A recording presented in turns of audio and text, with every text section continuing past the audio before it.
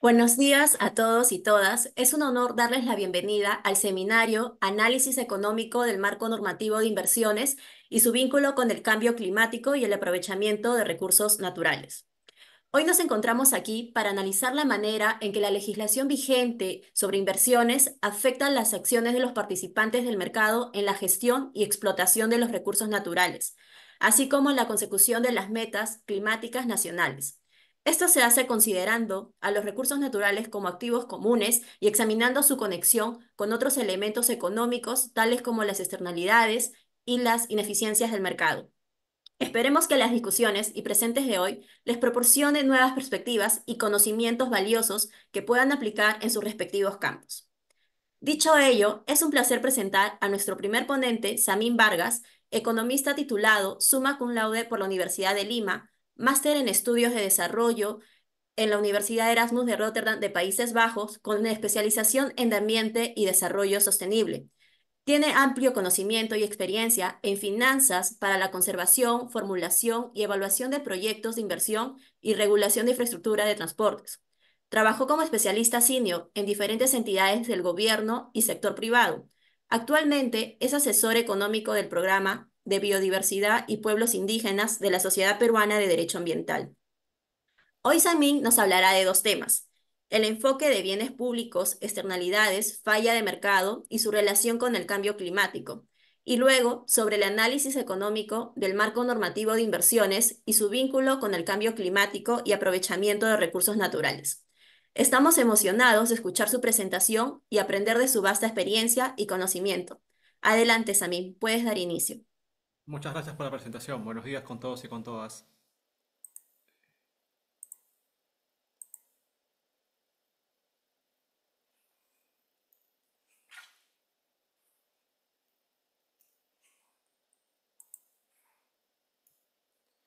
Antes de abordar el análisis económico del marco normativo, como Seichi mencionó, es importante conocer el enfoque que tenemos sobre las fallas de mercado, las externalidades y los bienes públicos. Vamos en esta primera parte explicar algunas definiciones básicas, poner algunos ejemplos para que se entiendan bien estas ideas y ver de qué manera esto se vincula con el cambio climático para que en una segunda parte analicemos el marco normativo de inversiones, tanto de la parte pública como de la parte privada, con unas ideas fuerza, de tal forma que posteriormente los panelistas puedan responder a una pregunta que será formulada.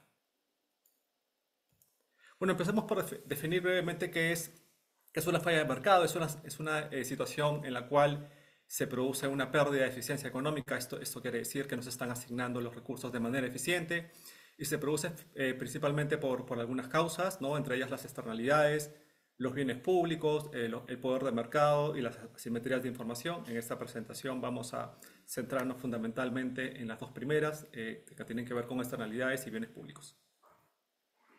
¿Y qué es la eficiencia económica? ¿No? Mencionamos que esta falla de mercado no logra maximizar, los recursos de manera adecuada, produce pérdidas de eficiencia económica. Y la eficiencia económica no es otra cosa que un individuo no puede estar mejor sin empeorar la situación del otro. Esto se conoce como eficiencia de Pareto u óptimo de Pareto, es decir, la sociedad ya no puede alcanzar un máximo nivel de bienestar. Con el óptimo de Pareto alcanzamos un máximo nivel de bienestar en el cual ningún individuo puede estar mejor sin empeorar a otro. Esa es la definición que existe de lo que se conoce como eficiencia de Pareto u óptimo de Pareto.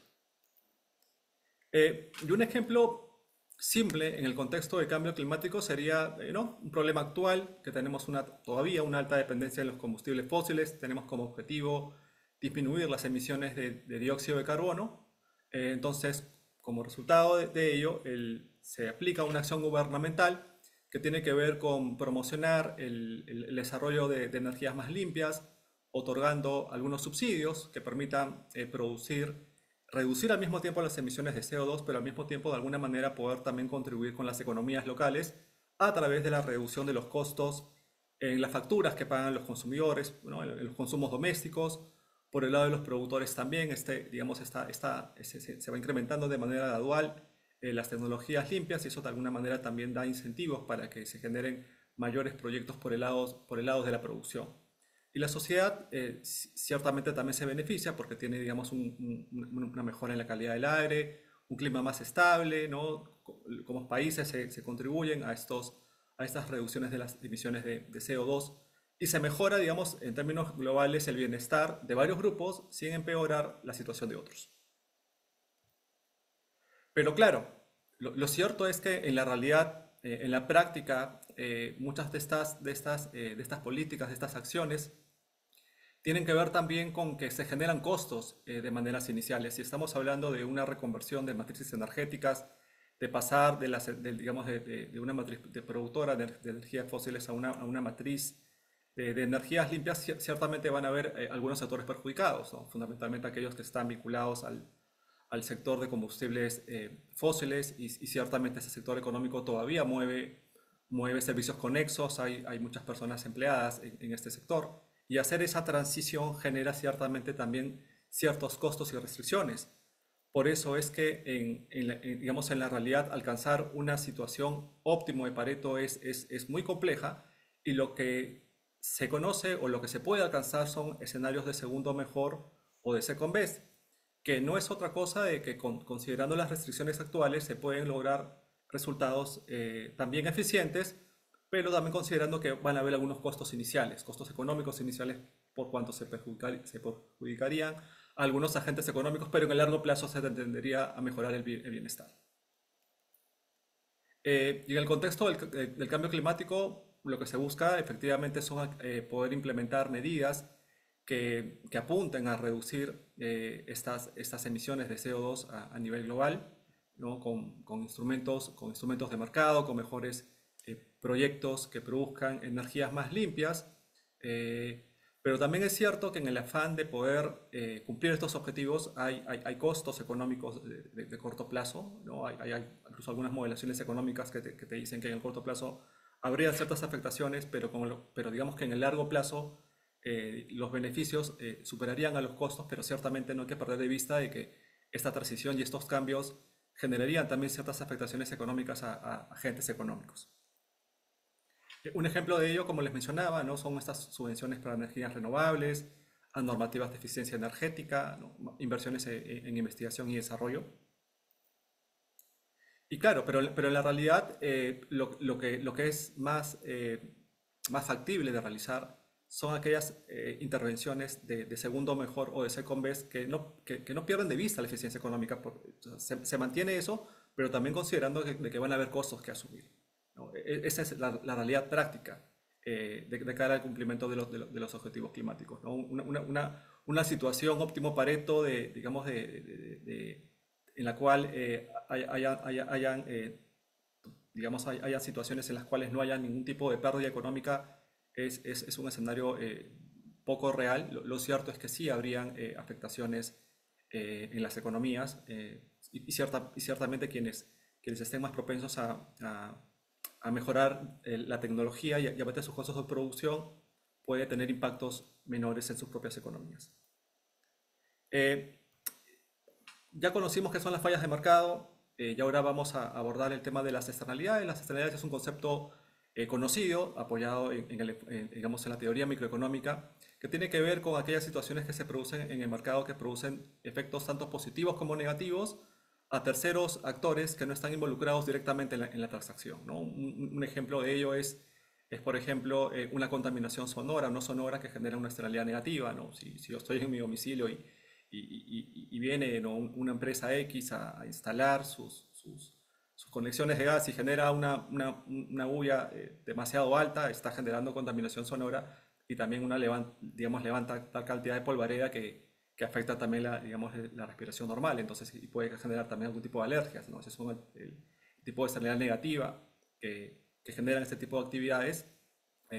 También hay también de las positivas y lo vimos recientemente cuando culminó la pandemia, ¿no? La mayor parte de la población mundial ha generado, digamos, un efecto rebaño y es visible, digamos, la externalidad positiva que generan las vacunaciones. Pero, ¿y qué tiene que ver con todo esto con el cambio climático finalmente? Bueno, es que el cambio climático viene a ser la externalidad negativa más importante de la historia y de la escala global.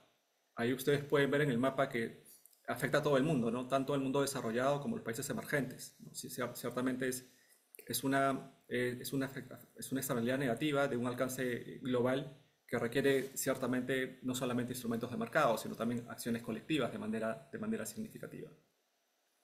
¿Por qué? Porque las emisiones de CO2 afectan, va más allá de las fronteras nacionales, ¿no? Y se extienden por todo el planeta. Eso es lo que viene generando, digamos, las mayores emisiones de CO2 y ciertamente los costos y beneficios se distribuyen de manera desigual entre los países. Hay los países, digamos, más contaminantes eh, quizás tengan la capacidad para poder remediar o tengan el capital para poder implementar mejores medidas, pero lo cierto es que las afectaciones serían significativas y que trascienden fronteras. ¿Y qué son los bienes públicos?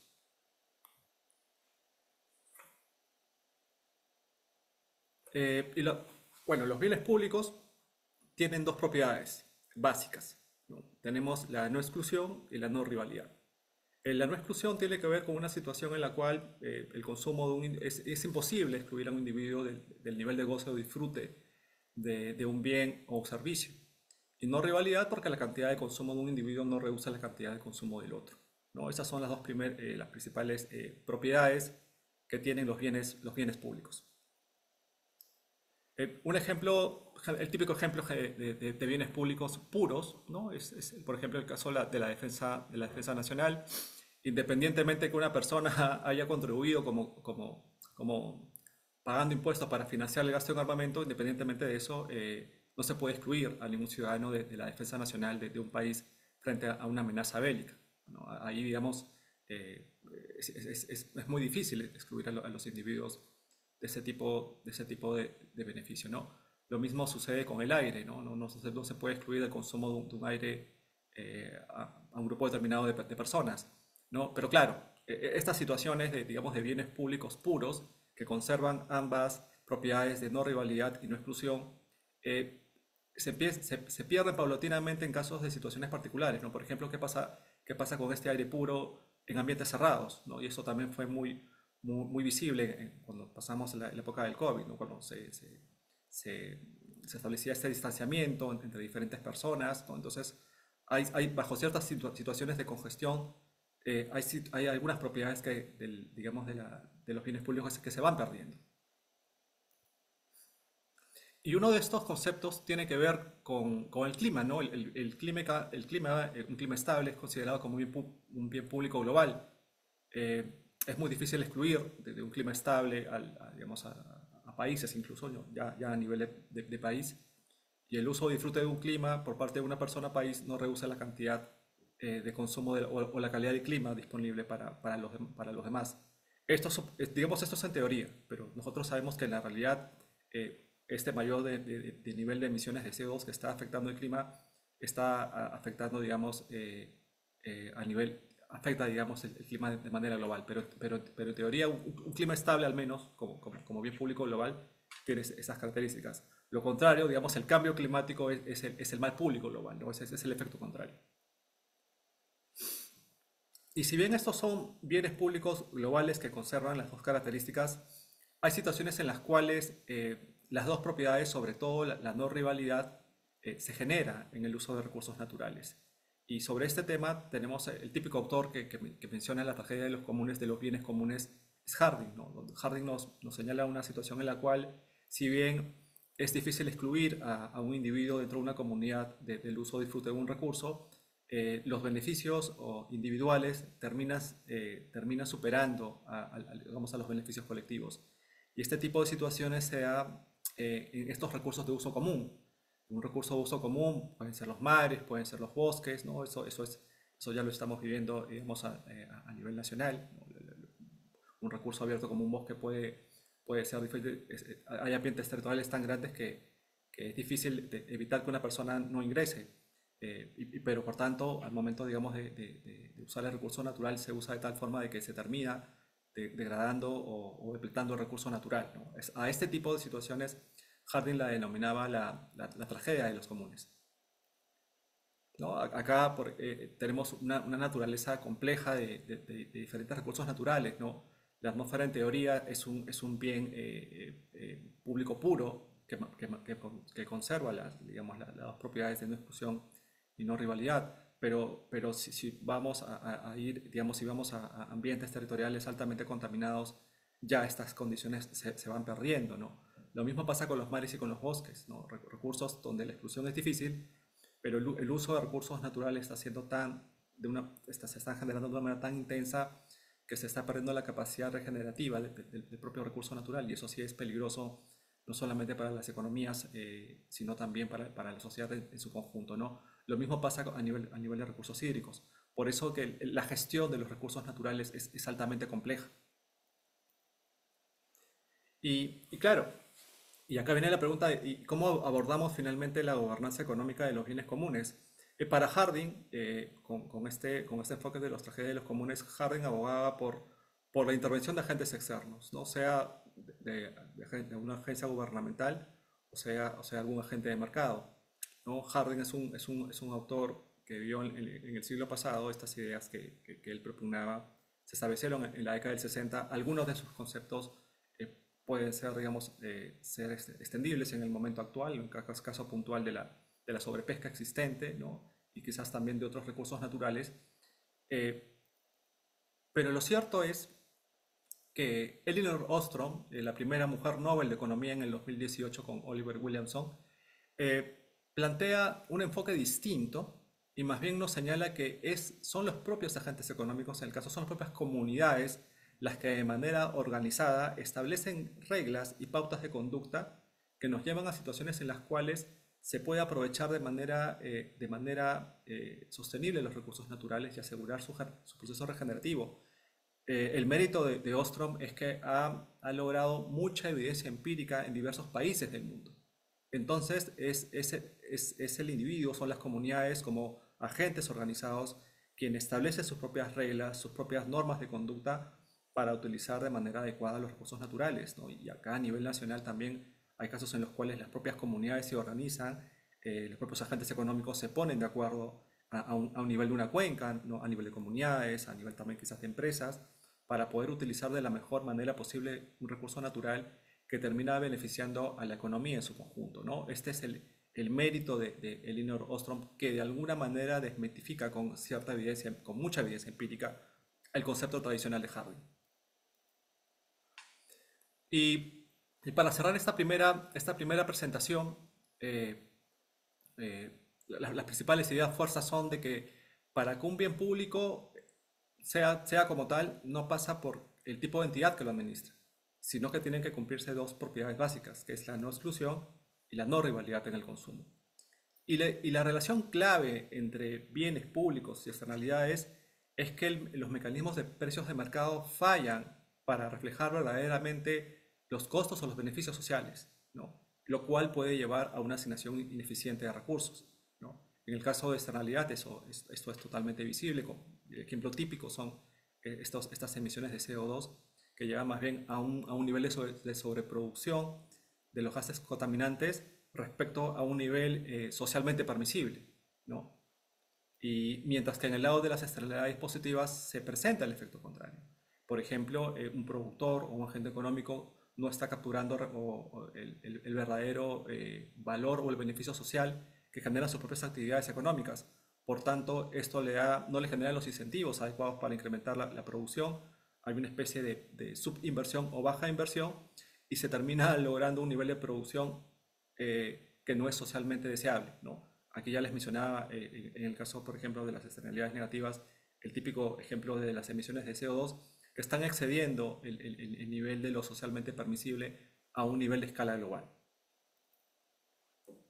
Y también no perdamos de vista, porque siempre como país, como nación, siempre es bueno, digamos, poder adquirir o replicar ciertas experiencias de otros ámbitos en nuestro territorio, pero lo cierto es que las intervenciones, las inversiones y la gestión de este tipo de recursos son bastante complejas. Si en determinado ámbito funcionó determinado tipo de mecanismo, eso no va a implicar necesariamente que lo mismo ocurra aquí. Y por diversos motivos, por el nivel de progreso económico, por el nivel de instituciones que tenemos, por la idiosincrasia, ¿no? Por las condiciones habilitantes que hacen que verdaderamente la gestión pueda ser efectiva o no. Sabemos que también hay corrientes interesantes que vienen de afuera, que es interesante analizarlas y revisarlas, pero también ser cuidadosos con el tipo de mecanismo que estamos aplicando, porque se podría también generar el efecto contrario. Y no está abordado en esta sesión, no ha sido el propósito, porque nos estamos centrando en las fallas de mercado, en los bienes públicos y las externalidades como conceptos económicos clave, pero sí también como hay fallas de mercado, también hay fallas de políticas y hay fallas del propio Estado, ¿no? Donde lejos de remediar una situación, podría también finalmente terminar perjudicándola, ¿no? Eso también que quería poner de manifiesto en una de estas conclusiones. Eh, y luego de haber definido las ideas clave de qué son fallas de mercado, qué son bienes públicos y qué son externalidades, vamos a pasar a- a analizar las ideas fuerza, ¿no?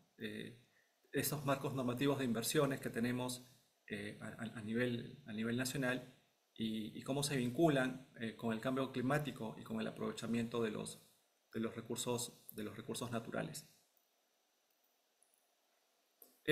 Lo cierto es que las intervenciones para cumplir con los objetivos supranacionales vinculados a mitigación y adaptación al cambio climático deben considerar esta naturaleza de los recursos, ¿no? Esta alta complejidad que existen por muchos bienes públicos que terminan siendo no puros, que hay rivalidad en el consumo, que existen externalidades negativas y fallas de mercado, que se requieren también de métricas para poder determinar y cuantificar las acciones de política que se deben determinar. Y esta complejidad que tiene el clima y que también impacta a la economía, hay diferentes interconexiones del clima para con la economía y de la economía para con el clima, que hacen que estas relaciones no sean directas o sean poco lineales. Eh, y por ejemplo, tenemos un marco normativo de inversión pública, InviarTP, eh, que establece un conjunto de guías y de parámetros para la formulación y evaluación de proyectos de inversión, pero que está sustentado en un enfoque metodológico, el marco lógico puntualmente, ¿no? Que plantea muchas de las relaciones causales de manera lineal, ¿no?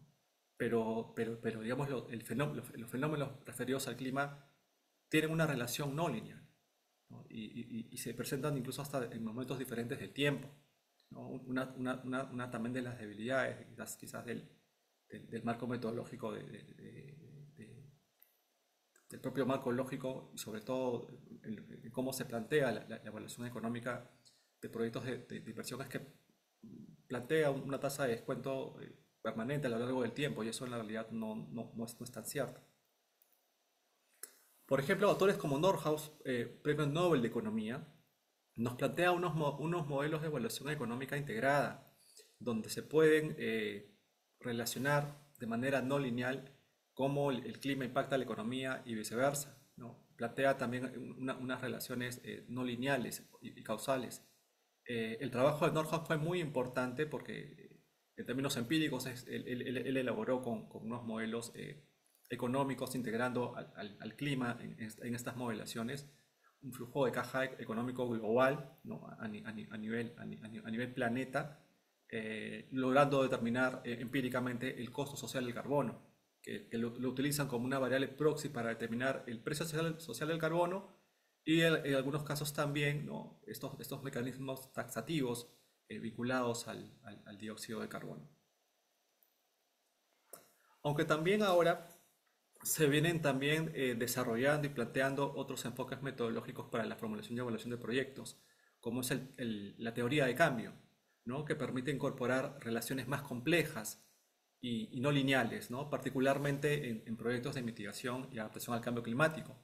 Eso, por ejemplo, este tipo de enfoques se abordan de manera, digamos, bastante extensiva, están muy bien planteados en los proyectos del Fondo Verde para el Clima, ¿no? El diseño de los proyectos del Fondo Verde para el Clima, lo interesante del diseño de los proyectos Fondo Verde para el Clima y por la propia naturaleza de las complejidades de los proyectos de mitigación y adaptación, que te permite plantear estos modelos de teoría de cambio planteando también relaciones no lineales para poder identificar una problemática y consecuentemente también los componentes y actividades y resultados de un proyecto de inversión que también se complementa con el enfoque de marco lógico, porque ciertamente la matriz de marco lógico también es importante para poder determinar los indicadores y objetivos. Son dos herramientas que también se complementan en este tipo de proyectos.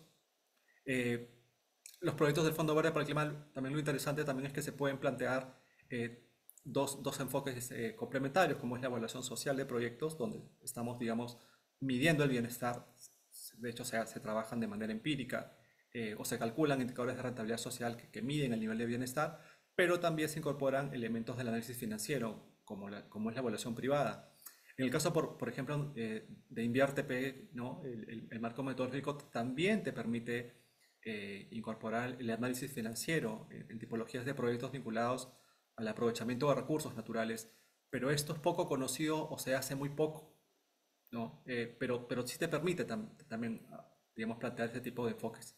Pero lo interesante, como repito, de los proyectos del Fondo Verde para el Clima, que son proyectos altamente, dependiendo de la magnitud del proyecto, son proyectos también que permiten incorporar nuevos enfoques metodológicos y que ciertamente mejoran o plantean mejor el diseño de los proyectos de inversión.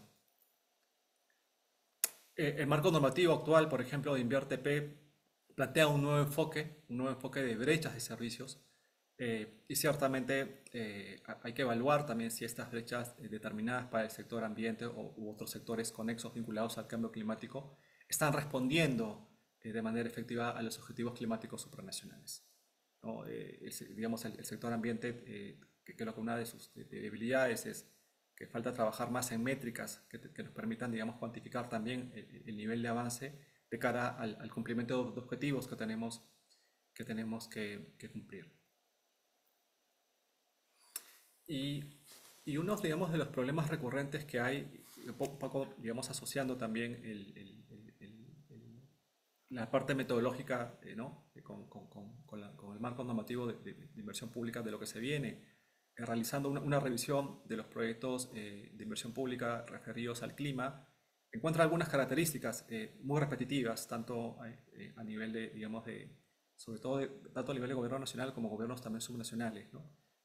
Por ejemplo, a nivel de preinversión se plantea una sola alternativa de inversión, ¿no? No hay quizás un análisis de alternativas mutuamente excluyentes, solamente se plantea una sola alternativa de inversión, ¿no? Y ahí un poco viene la duda de para qué pasas por una fase de preinversión si al final solamente tienes una sola alternativa. También quizás falta mayor profundidad en el diagnóstico del problema central, mayor información, mayores indicadores, estudios previos específicos vinculados al clima que no se realizan, porque también una de las cosas y dependiendo también digamos, de la escala de la inversión, es que el propio marco te dice que para ciertas intervenciones trabajes con información secundaria, ¿no? Pero es curioso que utilizando, digamos, recursos públicos que son tan escasos, que creo que el trabajo en campo es importante, pero también los estudios de campo requieren recursos importantes para poder definir o determinar mejores alternativas de inversión.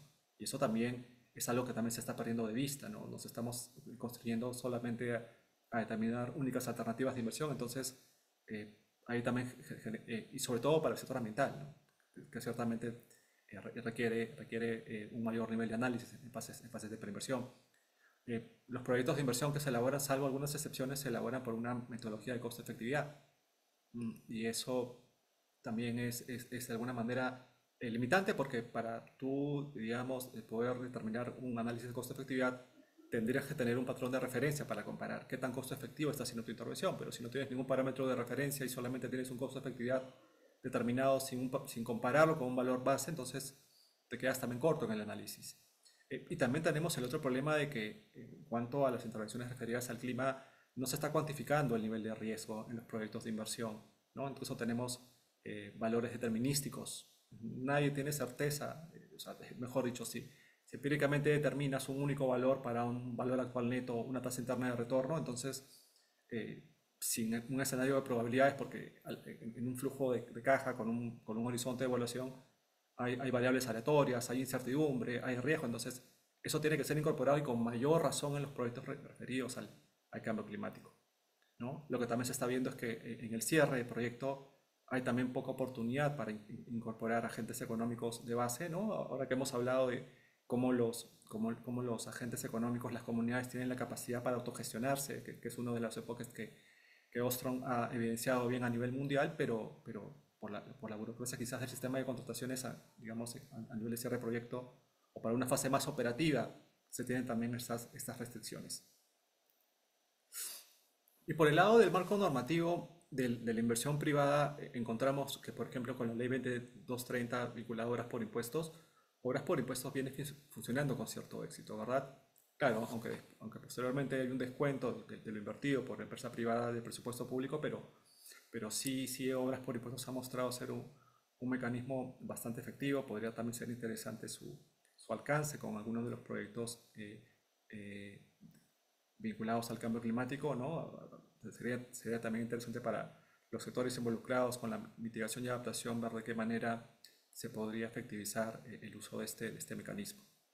Y por el lado de los modelos de APP de las asociaciones público-privadas, tenemos que son, de acuerdo a marco normativo, no quiero leer de manera literal lo que dice esta normativa, es que las APP constituyen una modalidad de participación de la parte pública o privada y nos habla el marco normativo de una distribución adecuada de riesgos entre los actores, sea de la parte pública o de la parte privada. Ciertamente los modelos de APP en otros sectores, que no los voy a mencionar, en teoría se esperaba una distribución adecuada de riesgo, pero parece ser que la evidencia empírica está mostrando de que más bien ha sido al final de cuentas el Estado quien está asumiendo gran parte de este nivel de riesgo, ¿no? Entonces, quedan dudas en cuanto a qué tanto el sector privado puede efectivamente distribuir o ser un actor partícipe en la distribución del riesgo. Eh, y también nos habla mucho del concepto del nivel de servicio óptimo. Nos habla este modelo de APP de niveles de servicio óptimo, ¿no? Y que son modalidades ciertamente que implican contratos de largo plazo, ¿no? Pueden ser propuestos tanto por entidades públicas como también por entidades privadas, vía iniciativas privadas. O sea, digamos, cualquiera de estos agentes lo puede proponer. Y justo dentro de los proyectos que se pueden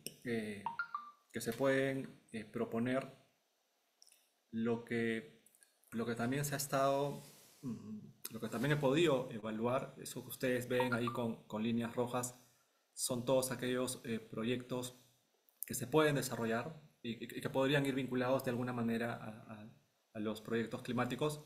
Pero, por ejemplo, en la primera parte, cuando te habla de infraestructura pública en general, te habla de infraestructura de riego, por ejemplo, pero no te menciona nada de protección contra inundaciones, contra diques, contra represas o sistemas de drenaje. Incluso si somos más estratégicos, podríamos estar hablando incluso de plantas de compostaje industrial que aceleran el proceso digamos, de degradación de los residuos sólidos, ¿no? Entonces, perdón, con el proceso de descomposición de los residuos sólidos, porque cuando, digamos, un material se deja a la naturaleza para que se descomponga, pasan N años.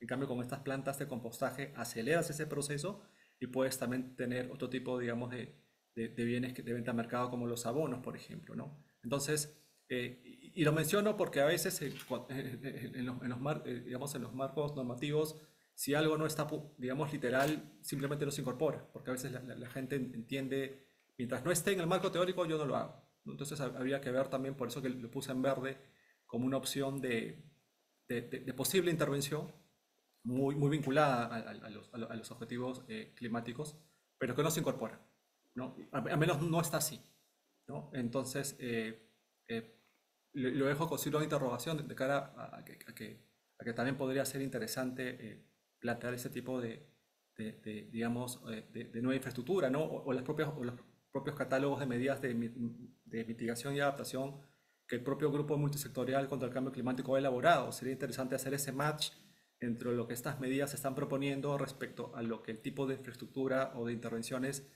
de APP señala literalmente el marco normativo. ¿No? Entonces ahí también nos falta mucha infraestructura más preventiva que reactiva. Entonces, ciertamente también podría haber una oportunidad para poder incorporar ese tipo de intervenciones. Pero claro, pero también es cierto de que para que ciertos proyectos calcen en estos modelos de APPs que también requieren cierto nivel de inversiones, ¿no?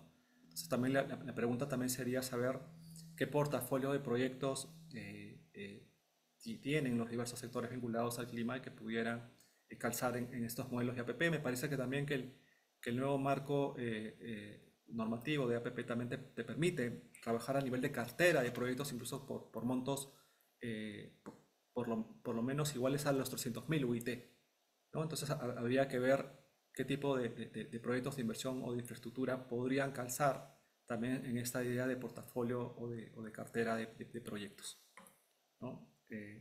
Eso digamos, sería bastante interesante. Y luego de haber desarrollado o abordado estos dos temas que tenían que ver con bienes públicos, fallas de mercados, externalidades, las principales ideas clave, y también hemos intentado abordar cómo el marco normativo de inversiones, tanto de la parte pública o privada, de alguna manera incorpora algunos elementos clave para poder plantear proyectos vinculados al clima y también algunas también de sus debilidades o que también cuáles serían los retos propios del sector o de los sectores vinculados al cambio climático. eh, Lanzamos la siguiente pregunta que seguro podrá ser abordada de manera integral por los panelistas que se encuentran presentes, ¿no? Sí, de acuerdo. Muchas gracias, Amin, por tu presentación. Ahora, en esta segunda parte del evento, tenemos el honor de contar con un panel de especialistas de alto nivel que compartirán sus valiosas perspectivas y conocimientos. En ese sentido, tengo el honor de presentar a José Luis Capella, director del programa de bosques, servicios ecosistémicos de la SPDA, magíster en Ciencia Política y Gobierno por la Pontificia Universidad Católica del Perú. Cuenta con más de 13 años de experiencia dedicado al derecho ambiental, especializado en recursos naturales, conservación, bosques, servicios ecosistémicos y cambio climático. Asimismo, cuenta con estudios y experiencia en diseño e implementación de políticas públicas vinculada al ámbito ambiental y de los recursos naturales. Nuestra segunda especialista es Claudia Goffrit, directora de Innovación y Gestión Estratégica de Profonampe, ingeniera forestal de la Universidad Nacional Agraria La Molina, con 20 años de experiencia en el sector ambiental y especializaciones en finanzas para la conservación, monitoreo y evaluación de programas y proyectos. También es miembro del Conservation Coaches Network. Y finalmente, nuestro otro panelista será el doctor César Sánchez, consultor en desarrollo y gestión de proyectos públicos, miembro del Consejo Directivo de Osinermin, fue coordinador del proyecto de implementación del Sistema Nacional de Inversión Pública y especialista sectorial en inversiones en el Ministerio de Economía y Finanzas. Ha sido vicepresidente y miembro del Consejo Directivo de Ocitran. Es magíster en Administración por la Universidad del Pacífico, ingeniero industrial por la Universidad de Lima. Cada uno de nuestros panelistas contará con 15 minutos para presentarnos sus comentarios y reflexiones en torno a la siguiente pregunta. ¿El marco normativo de inversiones promueve de manera efectiva el cumplimiento de los objetivos climáticos del país? En ese sentido, damos el pase a José Luis. Tiene 15 minutos, por favor. Adelante, José Luis. Gracias, Eichi, gracias, Samir, por la interesantísima exposición. De acuerdo al formato, no sé si vamos a tener tiempo de no hablar 15 minutos de corrido, sino de repente armar un diálogo, porque es excelente poder compartir tanto con Claudia como con César este espacio. Y me motivan las dos presentaciones que ha realizado Samir, varias reflexiones que creo que vale la pena de repente respecto de ellas luego dialogar, incluso incluir a Sami en el diálogo también. A ver, respecto de la primera presentación, y antes de responder el tema de qué pasa con los aspectos normativos, yo obviamente, mi materia es el derecho, sí creo que es importante esta reflexión sobre cómo esa necesidad de tomar las decisiones como el segundo mejor, ¿no? Como la posibilidad no de tener una implementación de las políticas públicas perfectas, sino siempre arribar a una opción menos mala, es particularmente importante en países como el Perú, ¿no? Y voy a poner un ejemplo en concreto para poder hacerlo. Quisiéramos que, por ejemplo, la producción de café, cacao y otros productos que son importantísimos, yo me acabo de terminar mi primera taza de café del día, pero el café es un producto importantísimo agrícola del Perú. Estamos siempre pensando que este producto puede sacar de la pobreza a las personas, ser un medio de vida eficiente para poder incrementar el bienestar de las personas, de las familias, sobre todo las menos favorecidas en la Amazonía. Sin embargo, al mismo tiempo, esa misma actividad, ¿no es cierto? Y no lo quiero mezclar con externalidades todavía, pero al mismo tiempo esa misma actividad produce deforestación y degradación de ecosistemas forestales. Entonces, quisiéramos que sea en un mundo perfecto, que podamos producir muchísimo café y tecnificado y al mismo tiempo conservar los bosques.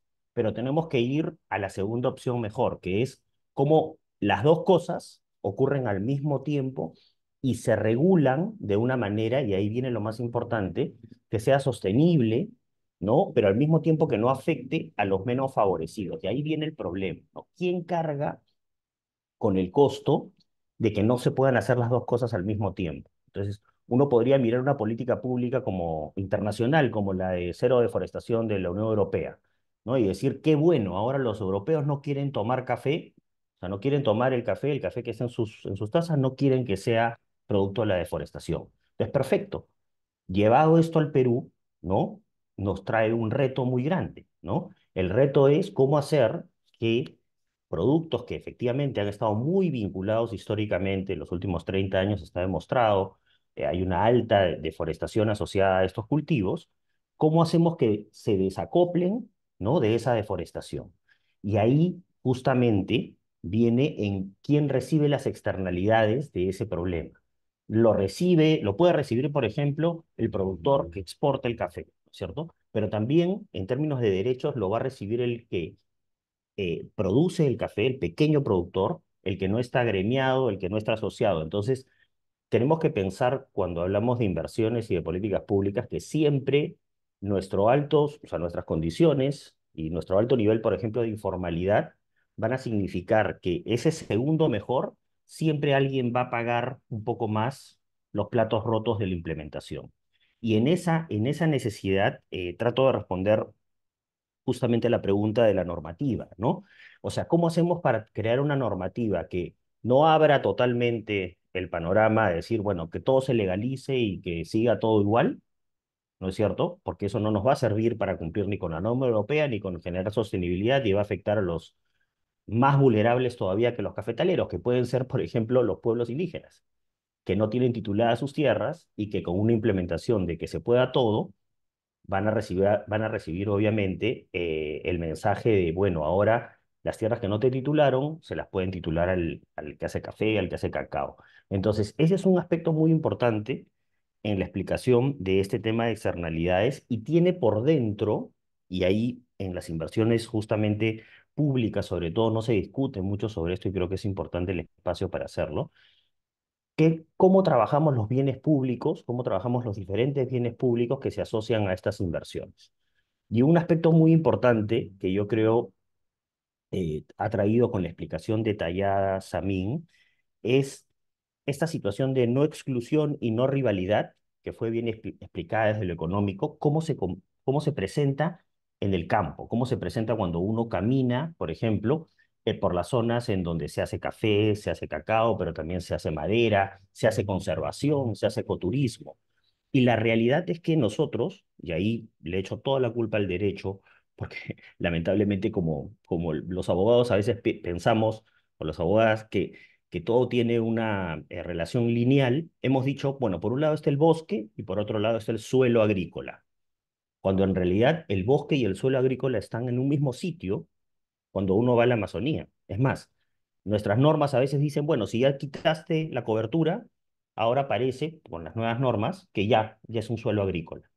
Y ese es un problema justamente que irradia hacia la política pública, porque si no hacemos normas que aclaren justamente cuándo y cómo se puede considerar una tierra agraria o forestal, las inversiones públicas asociadas con ello van a, en lugar de mejorar la situación actual, empeorarla. Y lo pongo en un ejemplo muy claro, la titulación agropecuaria de los últimos 30 o 40 años, que ha propiciado, ¿no? Tanto en cultivos alternativos y en otras cosas, ha propiciado titular sobre tierras que efectivamente habían sido recientemente deforestadas, con una intención buena probablemente.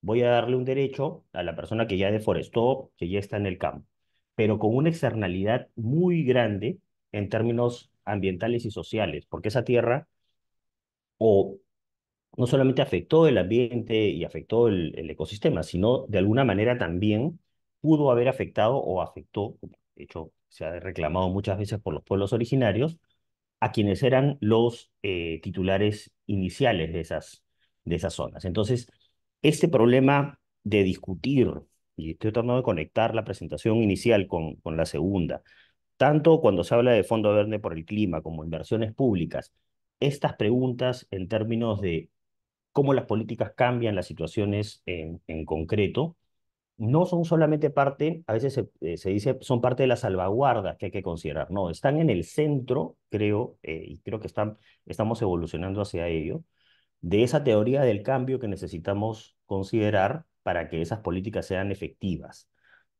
Y una cuestión adicional que quería mencionar es con cuánta información contamos, que es el punto de partida muchas veces eh, digamos, negativo, con cuánta información contamos para poder evaluar justamente esas externalidades, esa exclusión, etcétera.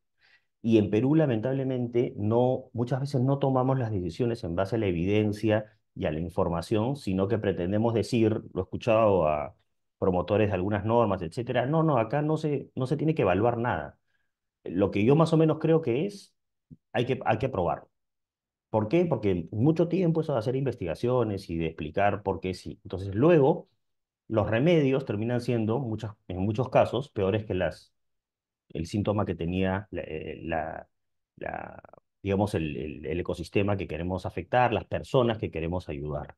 Entonces, yo creo que ahí tenemos un desafío muy grande que está acompañado también con que muchas veces, y con eso termino, si es que hay luego momento de poder regresar a conversar un poco más, sería ideal, con un elemento que es adicional, ¿no? Que en países como el nuestro, el factor de falta de transparencia y corrupción está presente, ¿no? Muchas veces estas políticas se están empujando, no llevadas por, ¿no?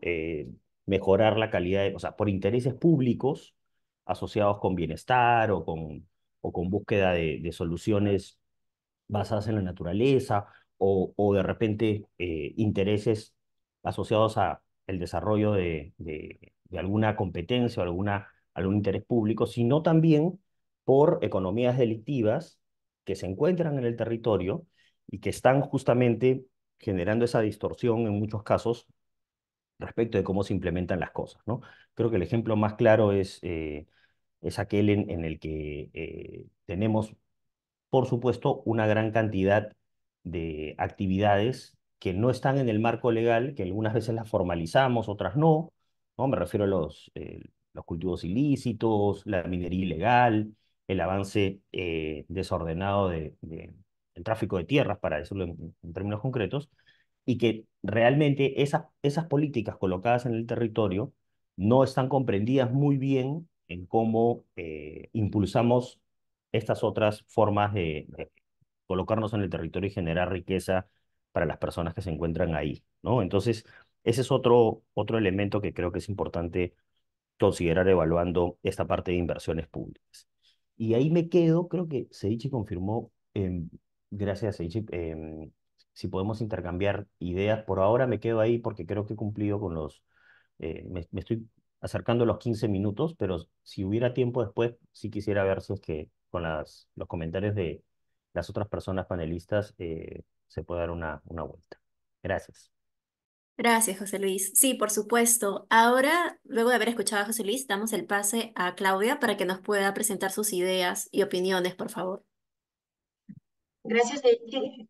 Buenos días con todos y todas. Para nosotros es un placer ser parte de este espacio. No sé, Eiji, si me puedes habilitar para compartir pantalla. Quisiera presentar un par de láminas, por favor. Sí, por supuesto.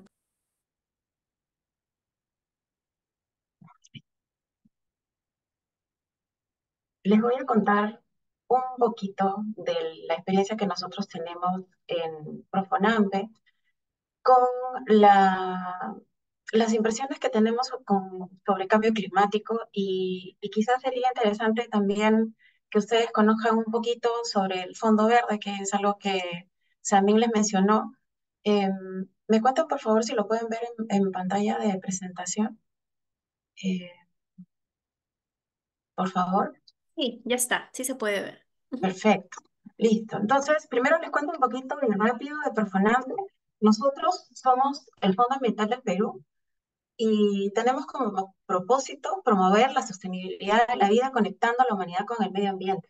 Nosotros en Perfonampe estamos dedicados desde que nos crearon, ya son 31 años, a poder contribuir con la conservación y el cuidado del medio ambiente y enfrentar los impactos negativos por el cambio climático, como saben, mitigación y adaptación al cambio climático. Profonampe es el mecanismo financiero para poder canalizar financiamiento climático global, multilateral, bilateral a nivel nacional. Somos la única entidad peruana acreditada ante el Fondo Verde para el Clima y ante el Fondo de Adaptación. Nosotros gestionamos proyectos colaborativos que impactan positivamente en el medio ambiente y las personas, y como peruanos tenemos que sentirnos orgullosos de tener una organización tan potente que gracias a la aplicación de sus estándares puede tener estas dos acreditaciones que son bastante difíciles y retadoras, no solamente de tener, sino de mantener. Nosotros aplicamos a estas acreditaciones con el Fondo de Adaptación en el año 2014, con el Fondo Verde en el año 2015 y con ambos nos hemos reacreditado en el año 2021 y en el año 2022. Eh, en Profanape nosotros somos un equipo multidisciplinario y tenemos líneas estratégicas que pueden ver en pantalla, desde áreas naturales protegidas, que ha sido la razón de nuestra creación, hasta trabajar en ciudades sostenibles, con un récord interesante de financiamiento levantado durante estos años, un sinnúmero de socios, donantes e instituciones que trabajan con nosotros. Y les paso a contar un poquito cómo nosotros hacemos la taxonomía del financiamiento para poder identificar cuáles son estos socios o cómo estos socios están alineados y nos alineamos, no solamente a la política y a las prioridades nacionales, sino también al plan de captación y a las prioridades que Profonampe está definiendo. Entonces nosotros tenemos esta taxonomía de no reembolsable y reembolsable, donde principalmente en lo no reembolsable, trabajado con Profonampe, tenemos una serie de, de oportunidades, principalmente de la cooperación, ¿no? La privada internacional como las fundaciones, el sector privado, el, el sector público internacional desde lo multilateral y bilateral, el financiamiento público nacional a través de mecanismos de financiamiento y el pago por servicios ecosistémicos en general. Y hay un ejemplo interesante con el tema hídrico. Y desde lo reembolsable, con donaciones reembolsables y préstamos, que es una manera de clasificar. Hay varias, nosotros tenemos esta en nuestro plan de captación.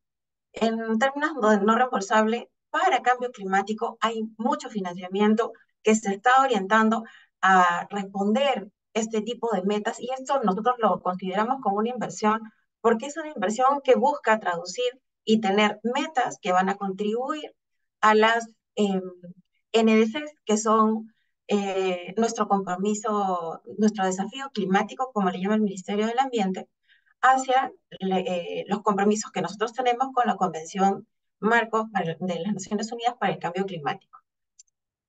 Y en lo no reembolsable, con todo este esquema de diferentes formas en las cuales hay un engranaje, yo lo pongo como un panel de abejas donde cada uno cumple un rol, encontramos diverso tipo, como les mencionaba, de ejemplos en los cuales podemos encontrar este tipo de alianzas. En esta lámina les quiero contar eh, los tres fondos más importantes que existen a nivel global que invierten en temas de cambio climático. El Fondo Verde para el Clima es el Fondo Verde por excelencia. Es un fondo joven en realidad que tiene 11 años aproximadamente o 12 de haber sido creado y que es donde se canaliza la mayor cantidad de financiamiento multilateral para atender temas de mitigación y adaptación al cambio climático. El GEF, el Fondo Mundial para el Medio Ambiente, es un fondo que se crea hace 31 años, igual que Profonampe, y no, no solamente financia temas de cambio climático, financia temas de biodiversidad, temas de energía, un diverso número de temas que tienen que ver directamente y están relacionados con temas ambientales, pero tiene un fuerte financiamiento dentro de sus metas en los proyectos que se desarrollan para poder responder a temas de cambio climático. Y el Fondo de Adaptación es un fondo, es un mecanismo financiero que se crea en el marco del Protocolo de Kioto para poder responder a las medidas principalmente de adaptación, o sea, esta creación de las mejores prácticas para adaptar a convertir más resilientes los ecosistemas y, por supuesto, las poblaciones. El Fondo Verde para el Clima responde al Acuerdo de París y a estas metas que tenemos los países firmantes para atender compromisos de mitigación y adaptación. Y contarles sobre un poquito sobre el Fondo Verde para que puedan entender su arquitectura. El Fondo Verde trabaja o canaliza su financiamiento a través de entidades acreditadas. Les pongo el ejemplo de Proframpe, y a través de el desarrollo de estrategias conjuntas con los países. Los países tienen autoridades nacionales designadas. En el caso de Perú, nuestra autoridad nacional designada es el Ministerio de Economía y Finanzas. Y con el Ministerio de Economía y Finanzas se desarrolla un programa país, que es el documento que rige las prioridades por las cuales el Fondo Verde va a acceder o va a brindar el financiamiento. Tiene diversos tipos de mecanismos para trasladar financiamiento a nivel global y las entidades acreditadas tienen que probar la experiencia en el trabajo o en el desarrollo de este tipo de mecanismos que los pueden ver en los instrumentos financieros que están en esta lámina, que son las donaciones, que es en realidad a lo que Profonampe está acreditado, con un tamaño que se los explico en la siguiente lámina, a través de programas y proyectos que puedan ser presentados y aprobados en una arquitectura que también es un poquito retadora de acceder. Eh, Como ven, también hay préstamos, garantías y equities, que son los otros tres mecanismos a los cuales, por ejemplo, bancos se pueden acreditar. Y en el caso de Perú, lo que estamos es apoyando a que nuestra banca de desarrollo, es decir, nuestro Banco de Desarrollo, COFIDE, pueda también estar acreditado para que el país pueda obtener financiamiento para canalización en estos otros tres mecanismos. Y la acreditación de Profonampe es esta, en tamaño, nosotros podemos acceder hasta proyectos de 10 millones de dólares, en riesgos de proyectos de riesgo B, que es un riesgo medio en términos sociales y ambientales, y con funciones fiduciarias para poder entregar donaciones. Inicialmente solamente podíamos ser ejecutores hasta el año 2018 y luego accedimos a un upgrade de acreditación para poder entregar financiamiento también. Y estos son los proyectos que están vigentes en Perú. Profonampe tiene 2 proyectos aprobados a nivel global y los otros 3 son proyectos multipaís donde nosotros participamos, no Profonampe, sino participamos como país en estos proyectos que están financiados también por el fondo. Y el otro mecanismo que es el Fondo de Adaptación, donde Profonampe es la entidad nacional de implementación, eh, accede también a financiamiento. Nosotros ya tenemos 2 proyectos aprobados con el Fondo de Adaptación y la canalización y la inversión de este financiamiento. Es importante que tengan en cuenta que lo que busca principalmente es atender como el centro de la intervención a la persona. Y esto quisiera mencionarlo. Les voy a pasar un poquito rápido estas láminas porque quiero llegar a a un punto bien importante donde hablamos de las personas. Les quiero presentar a Gunter, a Balbina y a Segundo. Ellos viven en el abanico de Pasaza y ellos son socios nuestros en la implementación de un proyecto, bueno, y de una intervención de Profonampe de 20 años que en el último tiempo tiene también inversión del Fondo Verde para el Clima. Samir mencionó la teoría del cambio y José Luis mencionó las oportunidades en los temas de legalidad, ilegalidad, formalidad, modificación de la normativa y quiénes son los principales afectados, las poblaciones vulnerables, y son ellos. Son estos amigos, estos socios, los cuales en realidad son los que están en el campo viviendo de los recursos y teniendo que defenderse de las actividades ilegales, de las informales. Ellos entienden poco del tema de normativa. y los cambios probablemente hacia ellos sería la afectación más grande. El trabajo que nosotros estamos brindando para poder construir capacidades, construir resiliencia en estas comunidades, es el desarrollo de estrategias y de metodologías que estamos probando para ver qué puede ser lo que acomode mejor y los defienda y los tenga más resilientes, menos vulnerables y mejor preparados. Gunther es un líder kandoshi, es un amigo que ha asumido un liderazgo en su comunidad y está haciendo aprovechamiento de recursos pesqueros, Balbina, hace aprovechamiento de recursos como la Taricaya, y nuestro amigo segundo es el experto escalador de aguaje para hacer una cosecha sostenible. Entonces, hablando de inversión en cambio climático, el mensaje que quisiera dejarles es que tenemos que principalmente tener en mente a estas personas que son socios, que son peruanos y que son el eje por el cual podríamos efectivamente corregir de alguna manera los impactos que el cambio climático está dejando en nuestros territorios, en nuestros ecosistemas y por supuesto en las personas. Eso de mi lado, José Luis, y estoy atenta a preguntas por si hubiesen. Muchas gracias. Muchas gracias, Claudia, por tu presentación. Ahora, para terminar con el marco de los panelistas, damos el pase al doctor César para que nos pueda exponer también sus comentarios y reflexiones en torno a la pregunta que estamos discutiendo y quizás después de su presentación, tal vez entre los tres panelistas puedan compartir, intercambiar ideas u opiniones. Adelante, por favor. Ok, bueno, muy buenos días a todos. La respuesta a la pregunta, si mal no recuerdo, Samín, si me pude saber, porque hemos hablado de muchos temas, es si todo el marco normativo y procedimental contribuye a los objetivos de lo que estamos conversando, ¿no?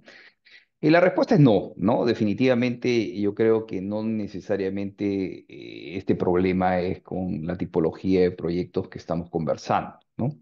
Y eso se debe a, digamos, a una falta de orientación o al problema de la gestión de los riesgos que no son ajenos a cualquier tipo de proyecto, ¿no? Si vemos el ciclo de inversión que nos comenta el INVIATP, habla pues de una fase de programación multianual en la cual primero nos tratamos de conectar hacia las estrategias y a las políticas públicas que tenemos en el momento y ahí también hay una deficiencia que arrastra a lo que se puede hacer a nivel de inversión, ¿no? Si tenemos el proceso de planeación donde definimos políticas y planes, ¿no? La articulación hacia el proceso de programación donde vemos el uso del presupuesto, y la inversión, hay ahí una ruptura, ¿no? O sea, si bien es cierto, teóricamente funciona así, nosotros nos guiamos básicamente por el presupuesto. El presupuesto al final termina condicionando los planes, el presupuesto limita a las políticas y a su vez, digamos, también condiciona la priorización de la inversión, ¿no?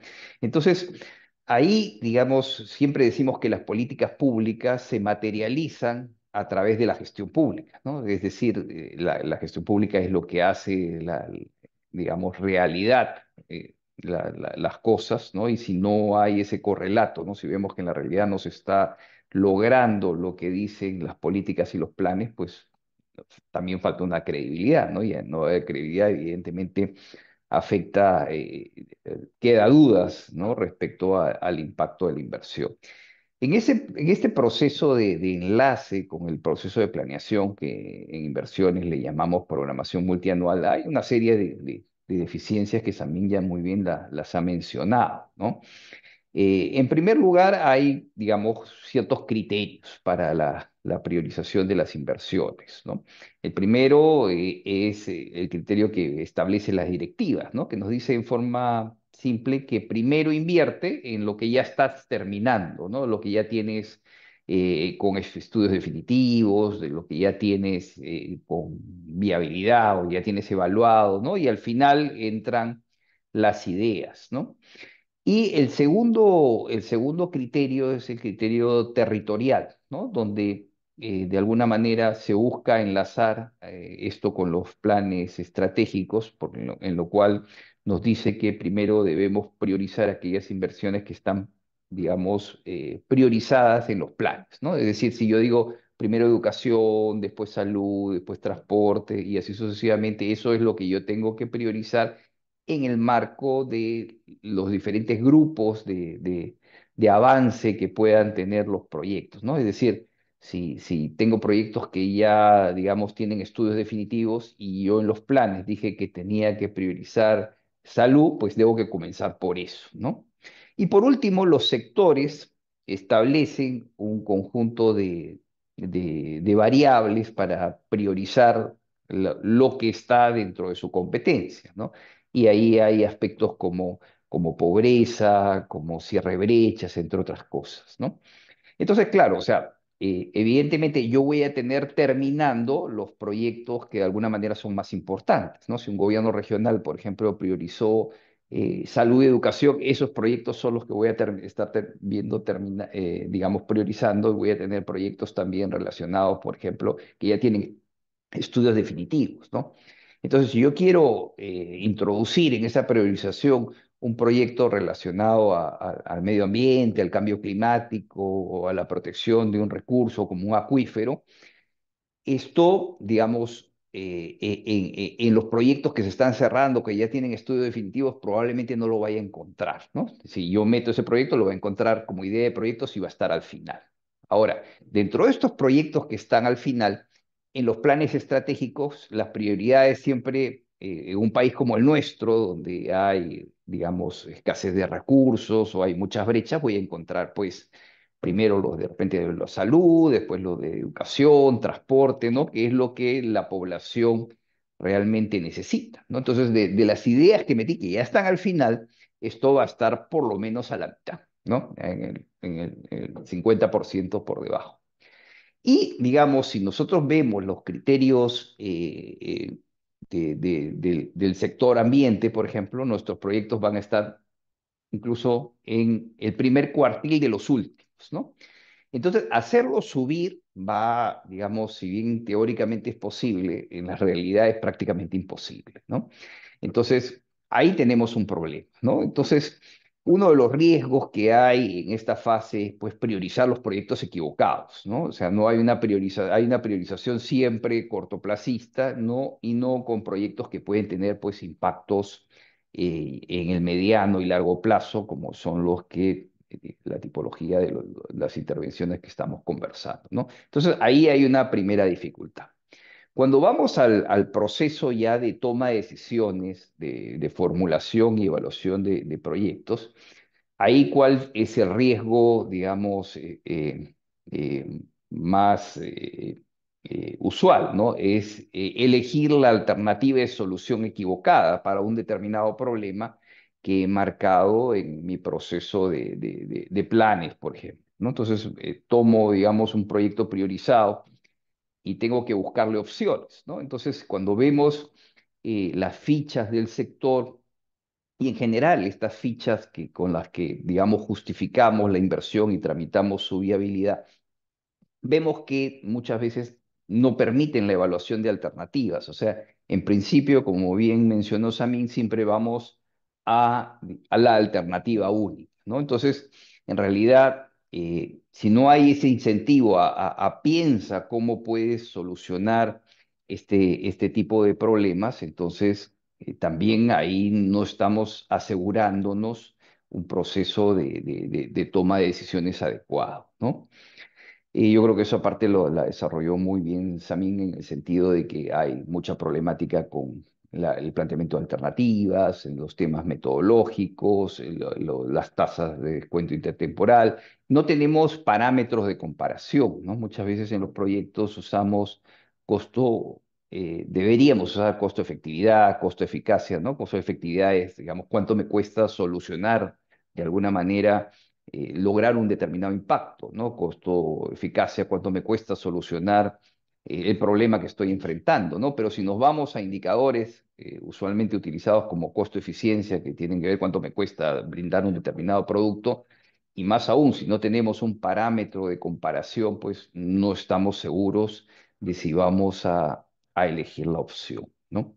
Ahora, cuando vamos a la ejecución, ya básicamente los riesgos están relacionados pues a no, que el proyecto que estamos haciendo no logre el alcance deseado, ¿no? O cueste más de lo que teníamos presupuestado o que nos demoremos más también de lo que teníamos programado, ¿no? Entonces ahí, digamos, los proyectos están afectados por una serie de factores externos, ¿no? Que básicamente no son controlables para ellos, que son las amenazas, ¿no? Y las mismas vulnerabilidades internas, ¿no? Entonces, acá, digamos, hay una serie de factores que uno debe considerar en el tema de las intervenciones, ¿no? Por ejemplo, un recurso como los acuíferos, ¿no? Que, digamos, son muchas veces utilizados en la agricultura, cuando en realidad deberíamos destinar a ese recurso al recurso de las personas, ¿no? Para el uso, digamos, de los hogares, etcétera, ¿no? Por ejemplo, en nuestro país, digamos, tenemos una diferente tasas de uso de este recurso, ¿no? Cuando, por ejemplo, en Chile, esto, digamos, tiene un precio de mercado, ¿no? Entonces, si tenemos un acuífero, como por ejemplo el de Tacna, que se comparte tanto en Perú como en Chile, pues si el chileno que extrae el acuífero paga un precio de mercado, digamos, que de alguna manera genera recursos para preservarlo y nosotros, pues prácticamente no nos cuesta nada, ¿no? Y hay tarifas diferenciadas favoreciendo a quien más reclama, ¿no? O de repente. Entonces no hay un uso eficiente de un recurso que se pueda agotar, ¿no? Entonces hay una serie de factores que evidentemente impactan en el diseño de los proyectos, ¿no?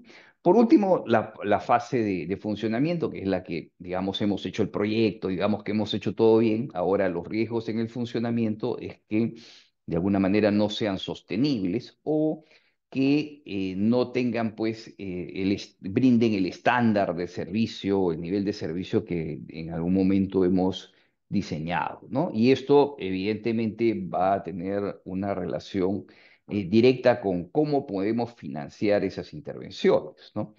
Y eso es un desafío en la tipología de proyectos que estamos conversando, ¿no? Entonces, ahí, digamos, tenemos que tener eh, toda una articulación, un compromiso, digamos, no solamente, porque muchos de ellos, digamos, los tenemos que hacer porque son absolutamente necesarios, si bien es cierto, pueden generar un beneficio social importante, no generan un ingreso, ¿no? Y ello, o tienen dificultades, porque en algunos casos sí se puede tener. Entonces, tiene dificultades en mantener esas capacidades que se pueden haber generado en determinado momento, ¿no? Entonces, todo eso tiene que estar articulado, evidentemente, con las fases previas, ¿no? O sea, es decir, con las políticas, ¿no? Y los mecanismos que podemos incluir en el diseño de los proyectos que de alguna manera nos ayuden a generar esas condiciones, ¿no? Porque pues, en los proyectos producimos productos, ¿no? Pero para lograr impactos, pues se tienen que lograr resultados finales, resultados intermedios, ¿no? Y que de alguna manera contribuyan a que las personas vean el valor en este tipo de proyectos y lo protejan, lo usen, ¿no? Y a su vez, en realidad, contribuyan a ese financiamiento, ¿no? Pero esto no es una problemática de los proyectos ambientales o que tengan que ver con el cambio climático, sino es en todos los tipos de proyectos que podamos nosotros hacer, ¿no? O sea, no, el desafío no solamente está en internalizar en la cabeza de los agentes la importancia de cada una de estas fases, ¿no? De priorizar, de evaluar, tomar decisiones, de implementar, como había mencionado José, sin corrupción, con buena gestión, con buena intención, ¿no? Y a su vez, al final, digamos, hacer que las cosas funcionen, ¿no?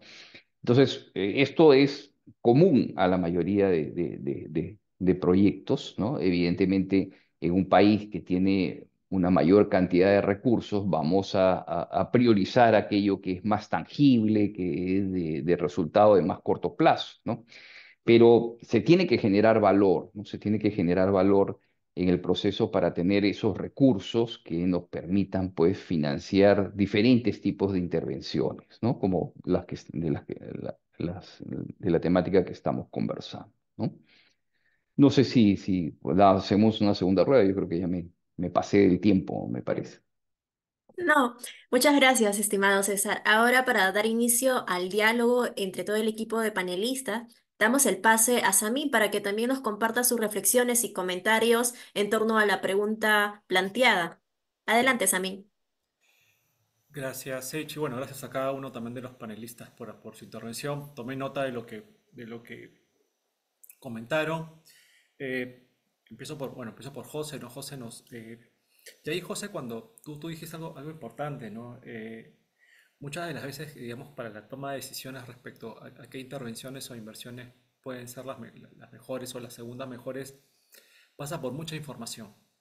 Creo que una de las debilidades del sector ambiente, a diferencia de otros sectores tradicionales en el país, es esa falta de métricas y esa falta de, digamos, de información o indicadores más precisos, ¿no? Cuando, por ejemplo, y acá regreso un poquito al tema de lo que César comentaba, ¿no? Cuando uno revisa estas brechas de servicios priorizadas para el sector ambiente, por ejemplo, todo parte de una base como que no se hubiera hecho nada, se hubiera hecho muy poco. O sea, eso significaría que todo lo que se hizo hace más de 30 o 40 años, o sea, no se hicieron inversiones ni intervenciones, ¿no? Porque uno revisa, digamos, las brechas de servicios y todo parte con bases de 90, 95%, 97%. Entonces, ahí te deja un poco la duda, oye, es que en realidad no hemos hecho nada. O cómo es que estamos midiendo también las cosas. Porque una también digamos, eh, de la naturaleza propia de los bienes públicos es que a veces, a diferencia de otros indicadores de brecha de servicios de otros sectores, es que la naturaleza, los bienes públicos, como tú bien dijiste, se miden de manera holística e integral.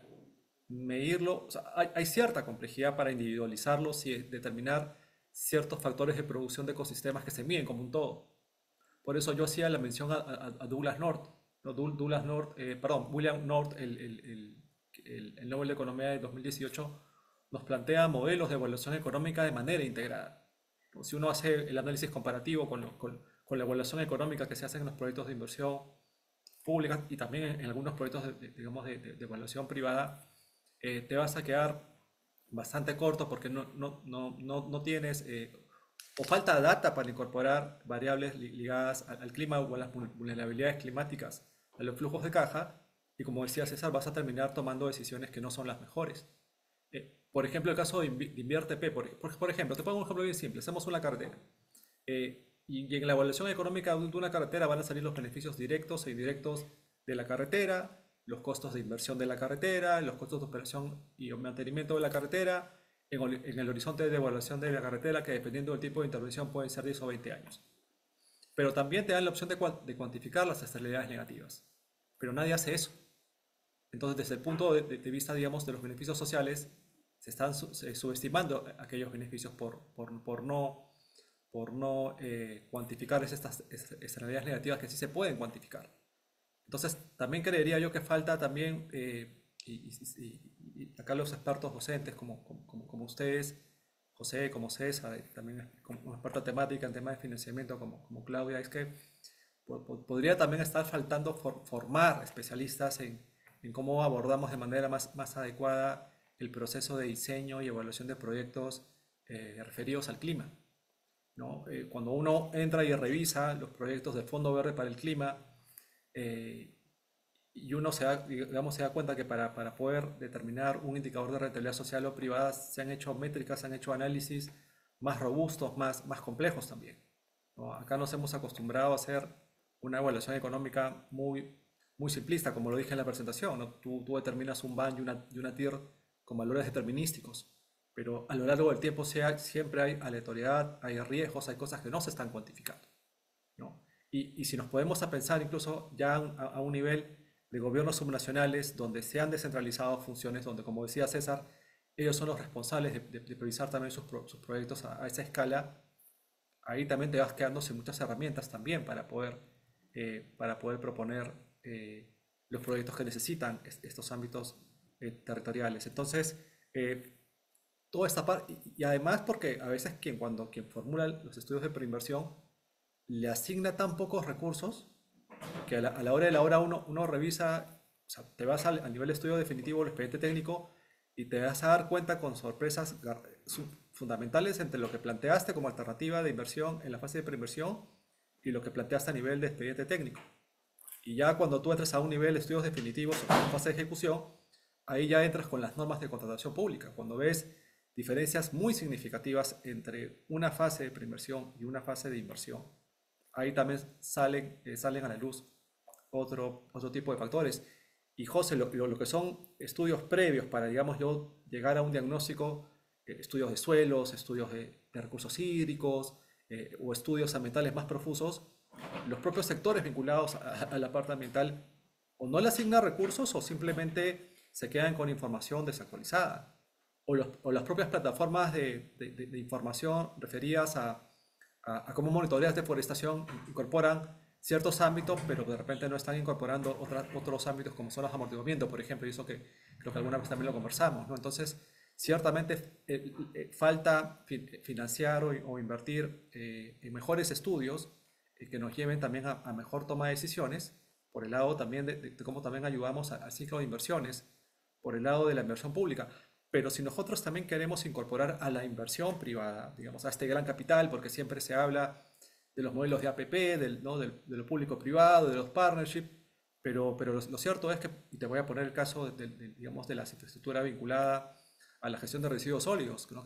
Que si bien el MINAM tiene un portafolio de proyectos, pero muchos de estos proyectos también están a cargo de los gobiernos locales, y ahorita los gobiernos locales están financieramente quebrados, ¿no? Entonces, muchos de esos proyectos que un privado podría interesarse, pero desde el punto de vista, digamos, digamos, del análisis financiero, o la tarifa que cobra, o simplemente no le saldría a cuenta para cubrir costos operativos básicos.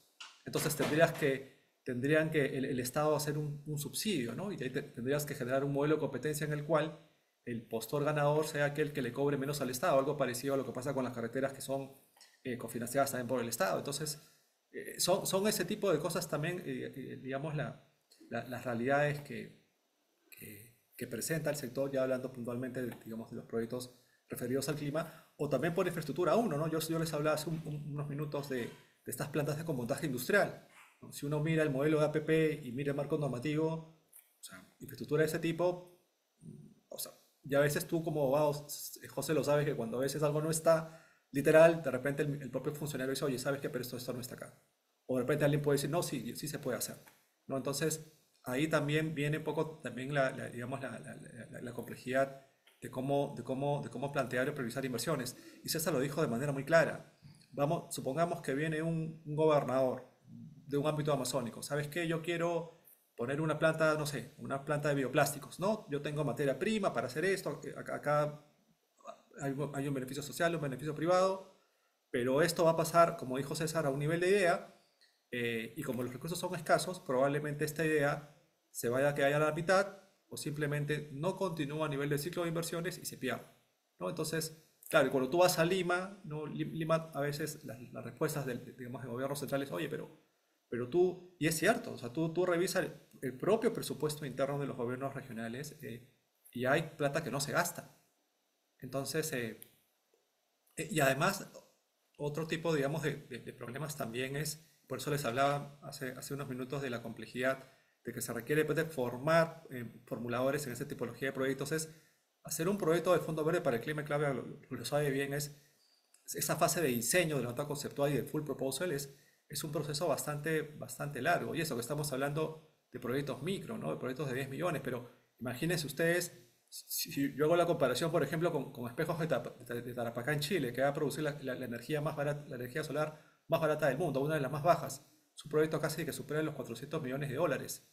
Entonces, claro, ahí también viene una complejidad también de cómo cumplir los objetivos climáticos o cómo como país abordamos estos temas, pero también teniendo la capacidad para plantear mejores tipos de proyectos que vayan más allá de los grants, ¿no? Porque finalmente, desde el punto de vista financiero, si bien hay iniciativas importantes que se están dando a nivel país, ciertamente el reto está es cómo el recurso, ¿no? Cómo los fondos de inversión, cómo el capital privado puede ayudar a escalar esto, ¿no? Va a ser ciertamente un reto bastante grande de cara al cumplimiento de esos objetivos.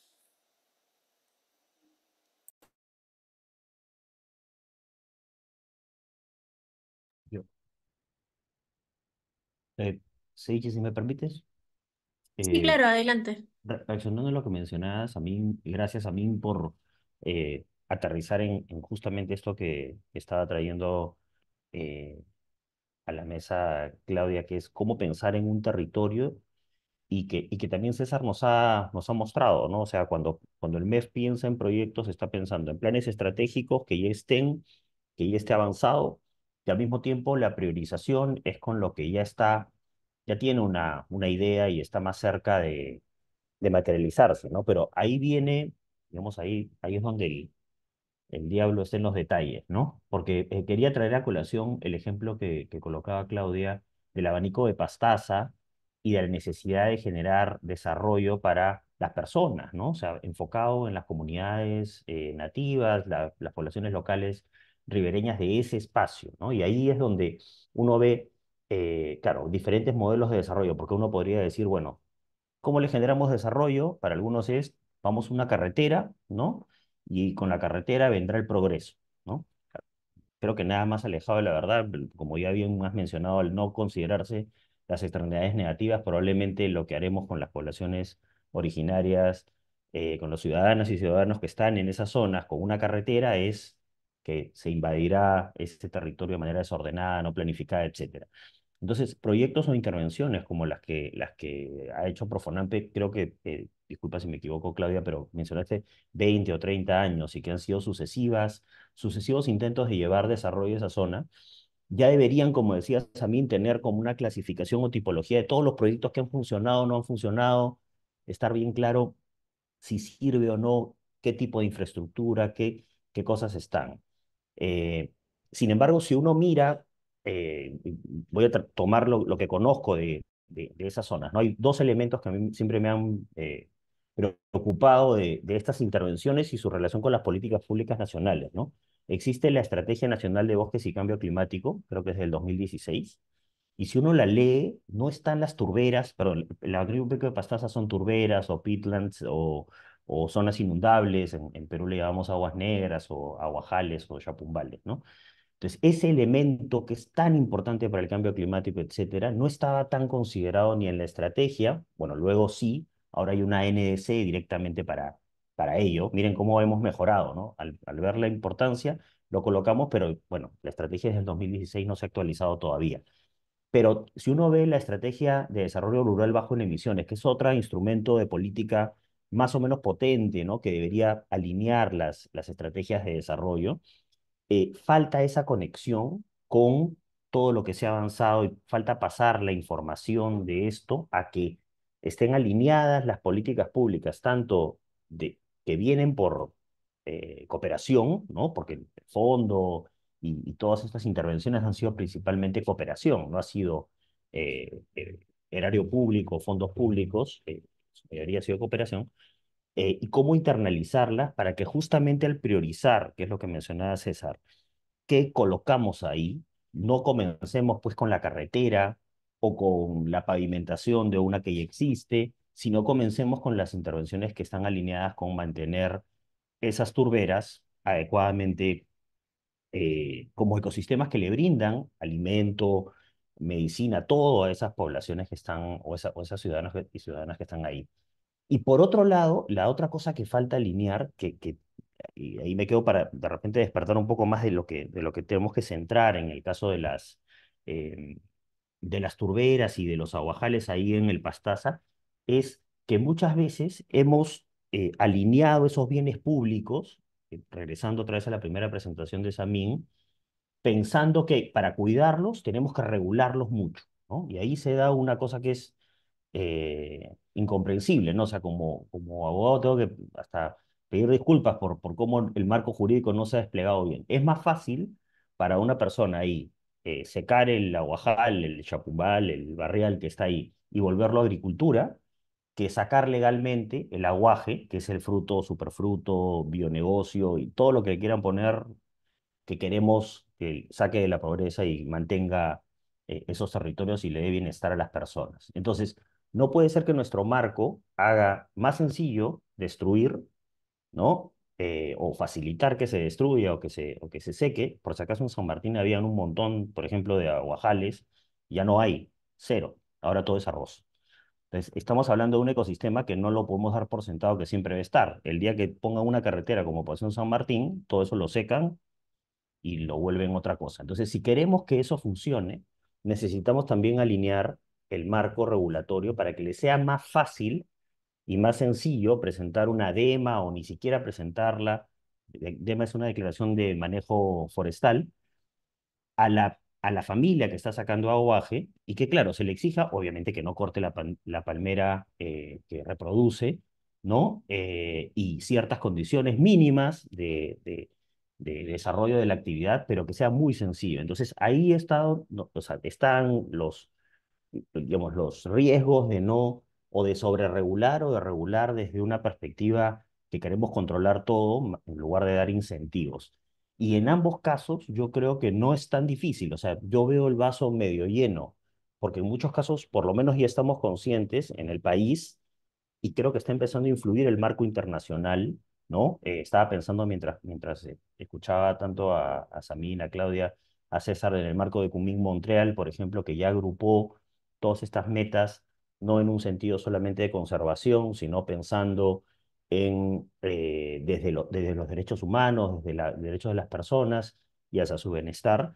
Y entonces eso está empezando a permear cada vez más en las políticas públicas, pero falta falta más, como estamos dirigidos ahora también a estudiantes de la Científica del Sur y de otras universidades, creo que el reto es cómo hacer para operacionalizar esas necesidades, ¿no? O sea, alinear, por ejemplo, la estrategia de bosques y cambio climático, las estrategias rurales con los proyectos realizados y pensar en ámbito de territorio cómo mejorar esto con herramientas efectivas y con presupuesto público, ¿no? Porque no, la cooperación no va a estar para siempre. Lo importante sería que eso esté priorizado en el presupuesto regional u otros. Y por el lado normativo regulatorio, que es lo que nos toca a nosotros, hay que empezar a deconstruir, sacar del contexto, algunos le llaman digamos, racionalizar el marco normativo, ¿no? Volverlo mucho menos complejo y de repente burocrático, para que las personas que estén en esa zona sientan que la legalidad, la formalidad está ayudando a su bienestar y no poniéndole una traba, llevándolos a decidir por otro lado que puede ser una actividad ilícita hasta que los pone en riesgo, etcétera, ¿no? Entonces, yo creo que ese es un reto que quería asociar justamente a este ejemplo del Pastaza de repente para abrir un poco la conversación con relación a algo que estamos conversando, ¿no? Y gracias por el tiempo extra y quedo atento a lo que menciono. Muchas gracias, José Luis. No sé si Claudia, en ese caso, como se ha hecho referencia, quiere responder o quiere dar una opinión más. Adelante, por favor, Claudia. Gracias, Eichi. Sí, en realidad tenía tres puntos que me gustaría reforzar en función a lo que han mencionado Samir, César y también José. Eh, el primero, y es probablemente el ejemplo por excelencia en el tema de las carreteras, y es una experiencia personal. Nosotros estuvimos en Arequipa hace un par de años y cruzábamos por esta carretera que atraviesa la Reserva Nacional Salina Aguada Blanca, que es la reserva que le provee de agua no solamente a la ciudad de Arequipa, y que en unos años el estrés hídrico se va a notar muchísimo más. Y conversábamos con las comunidades campesinas en la puna, a más de 4.000 metros de altura, y nos contaban que cuando fueron a hacer la consulta para poder o sea, continuar con el trazo de la carretera atravesando sus comunidades dentro de un área natural protegida, Les contaron todas las bondades y beneficios que la carretera iba a tener. Y bueno, en un consentimiento previo, libre, informado, con la información que les dieron, aceptaron la inversión. Y las pobres señoras decían, nos hemos convertido en un basural, señorita. Porque el consorcio dice que ellos tienen que limpiar la carretera y 5 metros a cada lado.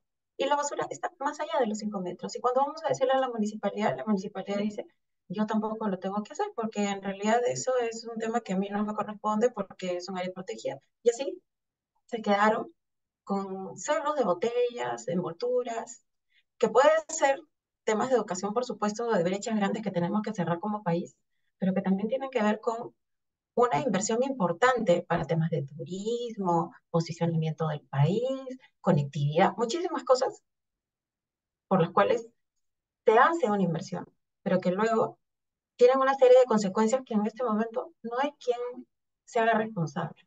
Y eso solamente lo encuentras cuando vas a conversar con las comunidades. En el caso hablábamos también de, del Tatem del Marañón, y lo que nosotros estamos buscando es proveer de alternativas económicas para las comunidades, llevando innovación, mejora tecnológica, mejora inclusive en términos de regulación también, porque las declaraciones de manejo tienen un costo. Y las personas como las que nosotros les hemos mostrado dicen, ¿y una declaración de manejo por qué si ese territorio es mío? ¿Y yo por qué tendría que pedirle permiso al gobierno regional? O sea, si no, o sea, tratar de entender y construir esas capacidades para poder orientar a la legalidad tienen un costo también. Llegar a ese momento en el cual las personas están preparadas para trabajar en un desarrollo sostenible, como por ejemplo la producción de un aceite de aguaje de alta calidad proveniente de áreas manejadas. Todo eso genera un costo y ese costo es un costo que tiene una inversión que viene, por ejemplo, de la cooperación alemana, del Fondo Verde para el Clima, pero que para acceder a un proyecto como del Fondo Verde necesitas una inversión también. Entonces, preparar un proyecto para el Fondo Verde genera un tipo un tamaño de inversión. Tener el proyecto, entonces si se dan cuenta, es una serie de procesos que te tienen que llevar a la implementación de un modelo para poder identificar cómo funciona, si funciona, y lo que no funciona, cómo hacemos que funcione. Eh, Muchos problemas en términos de brechas económicas generan ilegalidades y sobre todo ser legal genera muchos problemas que probablemente el momento o la alternativa más rápida y más fácil de cubrir mis necesidades estando en un territorio es irte por lo ilegal o por lo informal. Y probablemente eso tenga que ver con temas muchísimo más profundos que resolver en términos de como país y de las capacidades que tenemos que construir. Nosotros necesitamos construir capacidades para poder desarrollar buenos proyectos, pero para desarrollar buenos proyectos necesitamos información. Nosotros hemos tenido la experiencia en el último proyecto que nos aprobó el Fondo Verde para el Clima, donde teníamos un proyecto en el que presentábamos un proyecto de mitigación y adaptación, porque lo que nosotros queríamos era generar estos indicadores de adaptación para construir resiliencia en poblaciones y poder probar que bionegocios mejoran calidad de vida. ¿Y qué sucedió? No teníamos información para proyectar. Entonces, nuestro proyecto es la Facilidad Financiera Peruana para Eco y Bionegocios. La pueden encontrar en la web del Fondo Verde, también en la web de Profonampe. Es una facilidad financiera solamente con indicadores de mitigación, porque tuvimos que definir solamente irnos por el lado de mitigación y la reducción potencial de emisiones eh, necesitamos investigación, necesitamos información validada por el Estado peruano y necesitamos tener esta claridad de cómo medir los riesgos en términos no solamente ambientales, sino sociales y también en temas de afectación para población vulnerable, sobre todo mujeres, jóvenes, niños y personas mayores.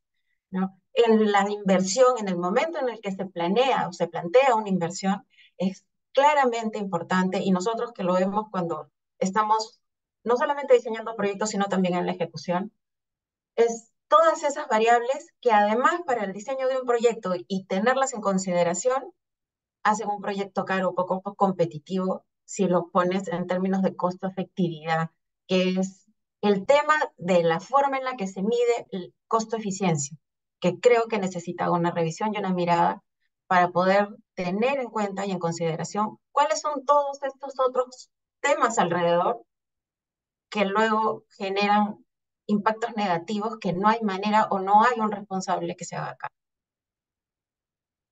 Eso de mi lado, José. Gracias. Seichi. Sí, de acuerdo. Muchas gracias, Claudia, por tus comentarios y reflexiones finales. Damos el pase a César. No sé si nos quiere dar unas reflexiones de cierre de la presentación de lo que ha escuchado de los demás panelistas. Adelante, por favor. Sí, bueno, es importante la capacidad de cada uno de estos agentes que intervienen en todo el proceso, ¿no? Especialmente la capacidad financiera, ¿no? Como estábamos hablando del impacto que pueden tener ciertos agricultores en su zona de influencia, en su ámbito, ¿no? Y evidentemente, ¿no? Un pequeño productor, un productor de subsistencia no va a tener recursos para mitigar absolutamente nada, ¿no? Entonces ahí, digamos, el tratar de hacer que los productores se muevan pues de un nivel de subsistencia a un nivel de consolidado, ¿no? Y progresivamente también vayan alcanzando condiciones de competitividad, integrándose verticalmente, etcétera, lo va a hacer, digamos, va a generar mejores condiciones para ellos, no solamente a nivel local, sino ya la competencia es incluso a nivel global, ¿no? Entonces ello va a permitir pues generar excedentes, ¿no? A través también de la percepción de valor de lo que ellos hacen como aporte a la sociedad y va a ayudarles a contribuir a financiar cualquier medida de protección, de mitigación que tenemos respecto a su entorno, ¿no? Eso es clave, ¿no? Muchos, yo soy productor de café y por si acaso, José, tratamos de no malograr el medio ambiente, ¿no? Convivimos con nuestras plantas, en realidad, acá en el Perú al menos necesitan mucha sombra, ¿no? Para poder producir bien. Entonces hay una combinación, ¿no? Pero sí eso es importante, ¿no? O sea, si tú tienes un terreno muy pequeño, ¿no? No tienes economía de escala, no vas a tener recursos para mitigar y cuidar nada, ¿no? Tratar de aprovechar al máximo lo que tienes y eso, digamos, va a ir en contra de otros recursos que tienes alrededor y que no vas a poder, de alguna manera, preservar, ¿no? No, eso es por mi parte lo que podría comentar de lo que han mencionado. De acuerdo, muchas gracias a Samir, a César, a Claudia y a José por participar el día de hoy en este evento. Nos quedamos con algunas conclusiones más relevantes del tema. Gracias por compartirnos sus conocimientos y experiencias propias, ¿no? De ello, de lo expuesto, entendemos entonces que el enfoque de bienes públicos, las externalidades y las fallas de mercados están directamente relacionados con el tema de cambio climático, ¿no? Estos como bienes públicos, como el aire limpio y un clima estable, no son excluyentes y benefician a todos, pero a la vez, así como beneficia a todos, también hay externalidades que pueden perjudicar a un gran grupo de estas personas o a todos también, ¿no? Además, no hay muchos incentivos, ¿no? En el país al menos hay falta de incentivo para poder preservar estos bienes comunes. ¿No? La falla de mercado que se manifiesta está cuando no se asigna eficientemente estos recursos para proteger el ambiente y sobre todo los efectos que hay por el cambio climático, ¿no? Se requiere una intervención gubernamental para corregir estas ineficiencias. Y si bien existe un marco, una ley marco sobre cambio climático y su reglamento, donde se promueve, ¿no? la integración de este enfoque de cambio climático en diversos proyectos, políticas, planes, la implementación en la realidad aún no es eficiente, ¿no? Se requieren de medidas que ayuden a poder implementar proyectos donde se tomen en cuenta estos factores que podrían afectar al cambio climático. Por lo tanto, hoy se ha demostrado la importancia de plantear mejores diagnósticos en la formulación de proyectos que integren la naturaleza de los recursos como bienes públicos, donde se presentan, evidentemente, externalidades negativas y fallas del mercado. Y además, como también se ha señalado, es necesario tomar en cuenta, lo señaló específicamente Claudia, ¿no?